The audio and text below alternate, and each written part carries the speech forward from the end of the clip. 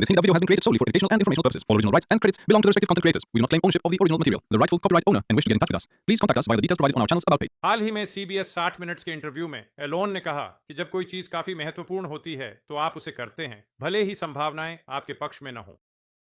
अपने अदम्य अंदाज में एलोन ने स्पेसएक्स बनाते समय इस मार्गदर्शक सिद्धांत का पालन किया। पिछले महीने स्पेसएक्स ने अपने फाल्कन रॉकेट के ऊपर ड्रैगन अंतरिक्ष यान को सफलतापूर्वक लॉन्च किया और ड्रैगन ने अंतर्राष्ट्रीय अंतरिक्ष स्टेशन पर सफलतापूर्वक डॉक किया, साथ ही वाणिज्यिक अंतरिक्ष उड़ान के एक नए युग की शुरुआत की। एक आविष्कारक, उद्यमी, दूरदर्शी और अथक सपनों के रूप में एलोन ने बार बार साबित किया है कि विज्ञान और इंजीनियरिंग को आगे बढ़ाने के लिए उनका समर्पण असीमित है।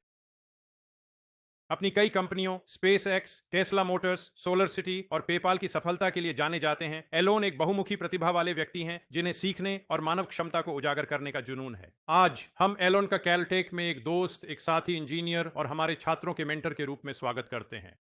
कृपया मिस्टर एलोन मस्क का स्वागत करने में मेरा साथ दें।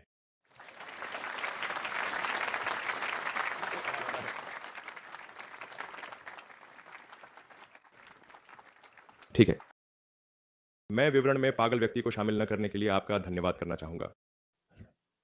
तो मैंने सोचा कि सबसे उपयोगी चीज़ क्या हो सकती है जो मैं अपने समय में कर सकता हूँ, ऐसा क्या कह सकता हूँ जो भविष्य में आपके लिए वाकई सहायक या उपयोगी हो सकता है। और मैंने सोचा शायद ये कहानी बताऊँ कि मैं यहाँ कैसे पहुँचा, ये सब चीज़ें कैसे हुई, और शायद वहाँ कुछ सबक हैं, क्योंकि मैं अक्सर खुद से सोचता रहता हूँ ये सब कैसे हुआ। जब मैं छोटा था मुझे वास्तव में नहीं पता था कि जब मैं बड़ा होऊंगा तो क्या करूँगा। लोग मुझसे पूछते थे और मैं जवाब देता था, लेकिन फिर अंततः मैंने सोचा कि चीज़ों का आविष्कार करने का विचार वास्तव में अच्छा होगा, और मैंने ऐसा इसलिए सोचा क्योंकि ये मुझे सही लगा। मैंने आर्थर सी क्लार्क का एक कथन पढ़ा जिसमें कहा गया था कि कुशलतापूर्वक उन्नत प्रौद्योगिकी जादू से अप्रभेद्य है, और यह वास्तव में सच है। अगर आप 300 साल पीछे जाएं तो जो चीज़ें हम आज सामान्य मानते हैं वे उस समय मौजूद नहीं थीं। यदि आप उड़ने की क्षमता रखते तो आपको दांव पर जला दिया जाता। यह पागलपन है। लंबी दूरी तक देखने की क्षमता, संवाद करने की क्षमता, प्रभावी होने की क्षमता, इंटरनेट के साथ होने पर एक प्रकार का सामूहिक मन और दुनिया की सारी जानकारी तक तुरंत पहुंच, पृथ्वी पर लगभग कहीं से भी। ये ऐसी चीज़ें हैं जो वास्तव में जादू होंगी। पुराने समय में इसे जादू माना जाता। वास्तव में मुझे लगता है कि ये वास्तव में उससे भी आगे जाता है, क्योंकि आज हम जिन कई चीज़ों को सामान्य मानते हैं उनकी कल्पना भी पुराने समय में नहीं की गई थी, वे जादू के दायरे में भी नहीं थी। तो ये वास्तव में उससे भी आगे जाता है। तो मैंने सोचा ठीक, अगर मैं उनमें से कुछ चीज़ें कर सकता हूँ, मूल रूप से अगर मैं तकनीक को आगे बढ़ा सकता हूँ तो वह जादू जैसा होगा और वह वाकई बहुत अच्छा होगा। और मुझे एक हल्का अस्तित्व संकट हुआ क्योंकि मैं समझने की कोशिश कर रहा था कि इन सब का क्या मतलब है, जैसे चीज़ों का उद्देश्य क्या है। और मैं इस निष्कर्ष पर पहुंचा कि अगर हम प्रगति कर सकते हैं तो हमें ऐसा करना चाहिए। दुनिया का ज्ञान, अगर हम ऐसी चीज़ें कर सकते हैं जो चेतना के दायरे और पैमाने का विस्तार करती हैं, तो हम सही सवाल पूछने में बेहतर होते हैं और अधिक प्रबुद्ध होते हैं, और यह वाकई आगे बढ़ने का एकमात्र तरीका है। मैंने भौतिकी और व्यापार का अध्ययन किया क्योंकि मुझे लगा कि इनमें आपको ब्रह्मांड और अर्थव्यवस्था के कार्यप्रणाली को समझना जरूरी है। साथ ही महत्वपूर्ण तकनीकों पर काम करने के लिए बहुत से लोगों को एकजुट करने की क्षमता भी आवश्यक है, क्योंकि अकेले ऐसा कुछ करना बहुत कठिन होता है। तो मैं मूल रूप से कैलिफोर्निया आया था ये पता लगाने की कोशिश करने के लिए कि कैसे ऊर्जा घनत्व में सुधार किया जाए, इलेक्ट्रिक वाहनों का, ये जानने के लिए कि क्या कोई उन्नत कैपेसिटर बैटरी के विकल्प के रूप में काम कर सकता है। और वह 25 में था, और वह भी वही समय था जब इंटरनेट का चलन शुरू हुआ था। और मैंने सोचा ठीक है, मैं या तो ये कर सकता हूँ या वह।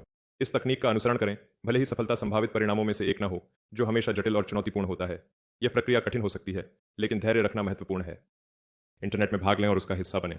इसलिए मैंने पढ़ाई छोड़ने का फैसला किया। सौभाग्य से हम स्नातक हो चुके हैं, इसलिए मुझ पर आपको सलाह देने का आरोप नहीं लगेगा। तो कुछ इंटरनेट पर काम किया, यहाँ वहाँ कुछ चीज़ें की, उनमें से एक था पेपाल। और मुझे लगता है शायद ये बताना मददगार हो कि पेपाल के निर्माण में तब जो चीज़ें महत्वपूर्ण थीं उनमें से एक ये थी कि ये कैसे शुरू हुआ। क्योंकि शुरू में पेपाल के साथ प्रारंभिक विचार वित्तीय सेवाओं का एक व्यापक समूह बनाना था जो उपयोगकर्ताओं को आसानी से लेन देन करने में मदद कर सके। तो पेपाल एक ऐसी जगह जहां आपकी सभी वित्तीय सेवाओं की ज़रूरतें निर्बाध रूप से एकीकृत होंगी और सुचारू रूप से काम करें। और फिर हमारे पास ईमेल भुगतान के लिए एक छोटी सी सुविधा थी। और जब भी हम किसी को सिस्टम दिखाते थे, हम कठिन हिस्सा दिखाते थे जो वित्तीय सेवाओं का समूहीकरण था, जिसे एक साथ रखना काफ़ी मुश्किल था, किसी को भी इसमें दिलचस्पी नहीं थी। फिर हम लोगों को ईमेल भुगतान दिखाते थे जो वास्तव में आसान था और सभी इसमें रुचि रखते थे। तो मुझे लगता है कि अपने वातावरण से प्रतिक्रिया लेना महत्वपूर्ण है। आप जितना हो सके आत्मनियंत्रित प्रणाली में रहना चाहते हैं। इसलिए हमने ईमेल भुगतानों पर फोकस किया और उसे वास्तव में कार्यशील बनाने का प्रयास किया, और यही वह चीज़ थी जिसने वास्तव में चीज़ों को आगे बढ़ाया। अम, लेकिन अगर हमने लोगों की बातों का जवाब नहीं दिया होता तो शायद हम सफल नहीं होते। इसलिए ऐसी चीज़ों की तलाश करना और जब आप उन्हें देखें तो उन पर ध्यान केंद्रित करना और अपनी पूर्व धारणाओं को सही करना महत्वपूर्ण है। और फिर पेपाल से हटते हुए मैंने सोचा, अच्छा, ऐसी कौन सी अन्य समस्याएं हैं जो मानवता के भविष्य को सबसे अधिक प्रभावित करने वाली हैं। ये वास्तव में इस नज़रिए से नहीं था कि पैसा कमाने का सबसे अच्छा तरीका क्या है, जो ठीक है, लेकिन ये वास्तव में वह था जो मेरे विचार से मानवता के भविष्य को सबसे अधिक प्रभावित करेगा। मुझे लगता है कि हमारी सबसे बड़ी स्थलीय समस्या टिकाऊ ऊर्जा है, लेकिन टिकाऊ तरीके से ऊर्जा का उत्पादन और खपत। अगर हम इस सदी में इसका समाधान नहीं करते हैं तो हम गहरी मुसीबत में हैं। और फिर दूसरा है जीवन का पृथ्वी से परे विस्तार, जीवन को बहुग्रहीय बनाना। सो बाद वाले दस्तावेज का आधार स्पेसएक्स कंपनी के लिए है और पहले वाला दस्तावेज टेस्ला और सोलर सिटी कंपनियों के लिए आधार है। दोनों अलग अलग उद्देश्यों के लिए तैयार किए गए हैं। और जब मैंने स्पेसएक्स की शुरुआत की थी तो वास्तव में शुरुआती दिनों में मुझे ऐसा लगा था कि खैर, एक रॉकेट कंपनी शुरू करना बिल्कुल भी संभव नहीं होगा। मुझे लगा कि ये एक बहुत ही कठिन काम होगा। मैं इतना पागल नहीं था। लेकिन फिर मैंने सोचा, अच्छा, नासा के बजट को बढ़ाने का क्या तरीका है। वह वास्तव में मेरा प्रारंभिक लक्ष्य था। इसलिए मैंने सोचा, ठीक है, अगर हम मंगल ग्रह के लिए एक कम लागत वाला मिशन कर सकते हैं जिसे मार्स ओएसिस कहते हैं, जो बीज लगाएगा, बीजों और निर्जलित पोषक जेल के साथ, और आप उन्हें लैंडिंग पर हाइड्रेट करते हैं, और फिर आपके पास यह शानदार मनी शॉट होगा जिसमें लाल पृष्ठभूमि पर हरे पौधे होंगे और जनता आमतौर पर प्रतिक्रिया देती है। मंगल ग्रह पर जीवन की बात करें तो यह एक मिसाल और विशेष उपलब्धि होगी, क्योंकि जहां तक हम जानते हैं ये जीवन की अब तक की सबसे दूर की यात्रा होगी। और मैंने सोचा, हम खैर, इससे लोग वाकई उत्साहित हो जाएंगे और इसलिए नासा का बजट बढ़ जाएगा। तो स्पष्ट रूप से ऐसे मिशन से वित्तीय परिणाम शायद शून्य होगा, तो इससे बेहतर कुछ भी होता तो वह सकारात्मक होता। तो मैं वास्तव में रूस 3 बार कुछ खरीदने के बारे में सोचने के लिए गया था। एक नवीनीकृत आईसीबीएम, क्योंकि वह सबसे अच्छा सौदा था। और मैं आपको बता सकता हूं कि 2001 के अंत में 2002 में वहां जाना, रूसी रॉकेट फोर्सेस के पास जाना और कहना बहुत अजीब था, मैं आपके 2 सबसे बड़े रॉकेट खरीदना चाहता हूं, लेकिन आप परमाणु हथियार रख सकते हैं। वो बहुत अधिक है। अम, और वह 10 साल पहले की बात है, मुझे लगता है। तो उन्हें लगा कि मैं पागल हूं, लेकिन मेरे पास पैसे थे, इसलिए सब ठीक था। और रूस की कई यात्राएं करने के बाद मैं इस निष्कर्ष पर पहुंचा कि वास्तव में मेरा प्रारंभिक प्रभाव गलत था। मुझे एहसास हुआ कि मेरी पहली धारणा सही नहीं थी और वहां का अनुभव मेरी सोच से बिल्कुल अलग था। क्योंकि मेरा शुरुआती विचार था कि पृथ्वी से बाहर खोज करने, विस्तार करने और मंगल पर एक बेस बनाने जैसी चीज़ों के लिए पर्याप्त इच्छा शक्ति नहीं है। लेकिन मैं इस निष्कर्ष पर पहुंचा कि यह गलत था। वास्तव में विशेष रूप से अमेरिका में बहुत इच्छा शक्ति है, क्योंकि अमेरिका खोजकर्ताओं का देश है, ऐसे लोगों का जो दुनिया के अन्य हिस्सों से यहाँ आए। मुझे लगता है कि संयुक्त राज्य अमेरिका वास्तव में मानव खोज की भावना का एक आसवन है। पर अगर लोग सोचते हैं कि यह असंभव है या यह संघीय बजट को पूरी तरह से तोड़ देगा तो वे इसे नहीं करेंगे। तो अपनी तीसरी यात्रा के बाद मैंने कहा, ठीक है, हमें यहाँ वास्तव में अंतरिक्ष परिवहन की समस्या को हल करने की कोशिश करने की ज़रूरत है। और फिर स्पेस एक्स की शुरुआत की। और ये लगभग हर उस व्यक्ति की सलाह के विपरीत था जिससे मैंने बात की थी। एक दोस्त ने मुझे बैठाया और रॉकेट्स के विस्फोट होने के कई वीडियो दिखाए। मैं बताऊं, वह ज़्यादा गलत नहीं था। शुरुआत में वहाँ काम करना कठिन था क्योंकि मैंने कभी कुछ भौतिक नहीं बनाया था। मेरा मतलब है, मैंने बचपन में छोटे मॉडल रॉकेट और ऐसी चीज़ें बनाई थी, लेकिन मेरी कभी ऐसी कंपनी नहीं थी जो कुछ भौतिक बनाती हो। तो मुझे इन सभी चीज़ों को करने का तरीका पता लगाना था और सही लोगों की टीम को एक साथ लाना था। एंड और इसलिए हमने वह सब किया और फिर 3 बार विफल रहे। ये कठिनाई भरा सफ़र था, क्योंकि रॉकेट के बारे में बात यह है कि पास होने के लिए ग्रेड 100 है। और आप वास्तव में रॉकेट का वास्तविक वातावरण में परीक्षण नहीं कर सकते जिसमें यह होने वाला है।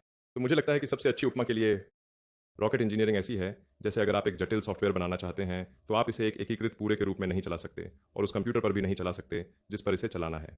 लेकिन पहली बार जब आप इसे पूरी तरह जोड़कर कंप्यूटर पर चलाते हैं तो इसे बिना किसी बग के चलना चाहिए। यही इसका मूल सार है। तो हम वहाँ निशाने से चूक गए। पहले लॉन्च में मैं लॉन्च साइट के पास रॉकेट के टुकड़े उठा रहा था। ये थोड़ा दुखद था, लेकिन हमने हर अगली उड़ान से बहुत कुछ सीखा और अनुभव प्राप्त किया और अंततः 2008 में चौथी उड़ान के साथ हम सफलतापूर्वक कक्षा तक पहुंचने में सक्षम हुए। यह हमारे लिए एक बड़ी उपलब्धि थी, और वह भी हमारे पास बचे हुए आखिरी पैसे के साथ था। तो भगवान का शुक्र है कि वह हुआ। मुझे लगता है कहावत है कि चौथी बार जादू होता। तो हमने फाल्कन 1 को कक्षा में पहुंचा दिया और फिर फाल्कन 9 तक इसे बढ़ाना शुरू किया, जिसमें थ्रस्ट लगभग 10 गुना अधिक है। ये लगभग 10 लाख पाउंड का थ्रस्ट है और हम इसे कक्षा तक पहुंचाने में कामयाब रहे और फिर ड्रैगन अंतरिक्ष यान विकसित किया जो हाल ही में अंतरिक्ष स्टेशन से डॉक करने और पृथ्वी पर वापस आने में सक्षम था। वह था। धन्यवाद। वह एक तनावपूर्ण घटना थी। तो हाँ, ये एक बड़ी राहत है अभी भी यकीन नहीं हो रहा कि यह सच में हुआ, लेकिन मानवता के लिए अंतरिक्ष यात्री सभ्यता बनने और अंततः एक बहुग्रह प्रजाति बनने के लिए इससे भी अधिक बहुत कुछ होना आवश्यक है। और मुझे लगता है कि ये अत्यंत महत्वपूर्ण है और मुझे आशा है कि आप में से कुछ इसमें भाग लेंगे, चाहे स्पेसएक्स में या अन्य कंपनियों में, क्योंकि ये वास्तव में चेतना के संरक्षण और विस्तार के लिए सबसे महत्वपूर्ण चीज़ों में से एक है। मेरा मतलब है, ये ध्यान देने योग्य है, जैसा कि मुझे यकीन है कि लोग जानते हैं कि पृथ्वी 4 अरब वर्षों से मौजूद है और सभ्यता कम से कम होने के संदर्भ में लेखन 10,000 वर्षों से अस्तित्व में है और ये उदार होकर कहा जा रहा है। तो ये वास्तव में कुछ हद तक एक अस्थिर अस्तित्व है जिसे हम पूरी तरह से स्थिर नहीं कह सकते। इसकी प्रकृति में थोड़ी अनिश्चितता है। सभ्यता और चेतना, जैसा कि हम जानते हैं, पृथ्वी पर मौजूद रही है और मुझे लगता है कि मैं वास्तव में पृथ्वी के भविष्य के बारे में काफ़ी आशावादी हूँ। इसलिए मैं नहीं चाहता कि लोगों को गलत धारणा हो कि मुझे लगता है कि हम सभी मरने वाले हैं। आई थिंक मुझे लगता है कि पृथ्वी पर चीज़ें अधिकतर समय ठीक रहेंगी, निश्चित रूप से नहीं, पर संभवतः अम, लेकिन लेकिन भले ही यह लगभग 99% संभावना है, 1% मौका है, फिर भी यह जीवमंडल का बैकअप सुनिश्चित करने के लिए काफ़ी प्रयास करने लायक है, ग्रहीय अतिरिक्तता अगर आप कहें तो। और इसलिए मुझे लगता है कि यह वास्तव में काफ़ी महत्वपूर्ण है। और ऐसा करने के लिए एक महत्वपूर्ण प्रगति की आवश्यकता है जो मंगल ग्रह के लिए एक तेज़ी से और पूरी तरह से पूर्ण प्रयोग योग्य परिवहन प्रणाली बनाने में सक्षम हो, जो उन चीज़ों में से एक है जो सीमा रेखा पर है। असंभव, लेकिन यह कुछ ऐसा है जिसे हम स्पेसएक्स के साथ हासिल करने की कोशिश करेंगे। अम, और फिर टेस्ला के मोर्चे पर टेस्ला का लक्ष्य वास्तव में यह दिखाने का था कि इलेक्ट्रिक कारें क्या कर सकती हैं, क्योंकि लोगों की गलत धारणा थी। हमें लोगों की इलेक्ट्रिक वाहन की धारणा को बदलना था, क्योंकि वे पहले इसे धीमा और बदसूरत और कम रेंज वाला मानते थे, कुछ गोल्फ कार्ट जैसा। इसलिए हमने टेस्ला रोडस्टर बनाया, ये दिखाने के लिए कि आप तेज़, आकर्षक और लंबी रेंज वाले हो सकते हैं। और यह अद्भुत है कि भले ही आप दिखा सकते हैं कि कागज़ पर कुछ काम करता है और गणनाएं बहुत स्पष्ट हैं, जब तक आपके पास वास्तविक वस्तु नहीं होती और वे इसे चला नहीं सकते, ये लोगों के दिमाग में वास्तव में नहीं बैठता। तो मुझे लगता है कि ये ध्यान देने लायक बात है। अगर आप कंपनी बनाने की सोच रहे हैं तो सबसे पहले एक कार्यशील प्रोटोटाइप बनाने की कोशिश करें। एवरीथिंग पावर पॉइंट पर सब कुछ बढ़िया लगता है, आप पावर पॉइंट पर कुछ भी काम करा सकते हैं, लेकिन अगर आपके पास एक वास्तविक प्रदर्शन वस्तु है, भले ही वह आदिम रूप में हो, वह लोगों को समझाने के लिए बहुत बहुत अधिक प्रभावी है। तो हमने टेस्ला रोडस्टर बनाया और जल्द ही 4 दरवाजे वाली सेडान मॉडल एस लेकर आ रहे हैं, क्योंकि जब हमने टेस्ला रोडस्टर बनाया तो लोगों ने कहा, ओह हाँ, हम हमेशा जानते थे कि आप ऐसी कार बना सकते हैं।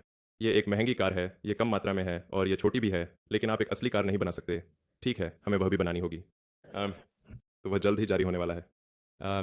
और हाँ, तो यही है मेरा ख्याल है, चीज़ें किस स्थिति में हैं और उम्मीद है कि वहाँ से कुछ सबक सीखे जा सकते हैं।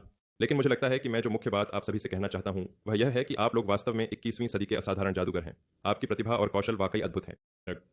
किसी भी चीज़ को आपको रोकने ना दें, कल्पना ही सीमा है, और बाहर जाएं और कुछ जादू बनाएं। धन्यवाद।